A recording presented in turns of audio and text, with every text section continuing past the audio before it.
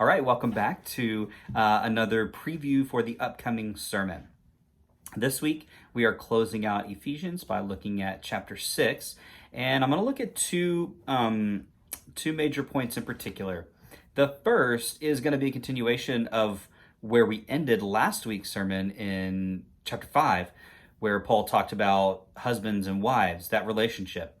And we're going to continue the relationship conversation by talking about children and parents and what Paul has to say about children and parents' relationship and that dynamic. So we're going to pick up there, and that's the first few verses in chapter 6. And then I'm going to jump over, we're going to skip over the slaves and masters part, mostly because obviously it really doesn't have much to do with us anymore, given that thankfully slavery is gone. I might touch on briefly, some social commentary sort of thing about slavery of that time and that sort of thing. I'll just kind of gauge how much time I feel like I have in the sermon to do that. But I probably wouldn't be saying anything new anyway, which again is not the purpose of my sermons. But the second thing then is we're going to talk about how Paul ends the chapter, or not the chapter, the whole letter, with this really amazing metaphor of the Christian person putting on the armor of God. And it's a very striking sort of mental image.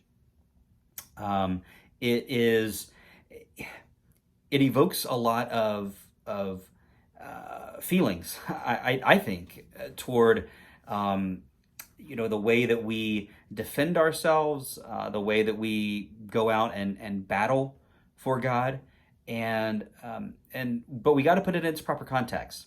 That to do battle for God doesn't literally mean to pick up a sword or to pick up a gun and go convert people. The unfortunate thing is this sort of language, this sort of imagery, and this is by no means Paul's fault. I don't intend to say that at all. But this sort of imagery and language has been used at times to militarize Christianity. It has been used for things like manifest destiny in our own country, to conquer the West. And if the Native Americans didn't like what we had to say, didn't like the gospel message that we were presenting, okay, we'll kill them. We'll drive them off their land and we'll kill them. And some of that idea, some of that mentality comes from this, I'm going to put on the armor of God language, this very strong, evocative, I'm a soldier, I do battle. While that's not untrue, the question is, what kind of battle are we part of? What kind of battle are we in? And I think Paul makes very clear in chapter 6, and we're going to talk about this on Sunday, Paul makes very clear that our battle is not against flesh and blood.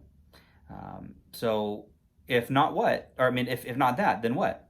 What are we supposed to do with that? So we're going to talk about that and try to come to some sort of understanding about it.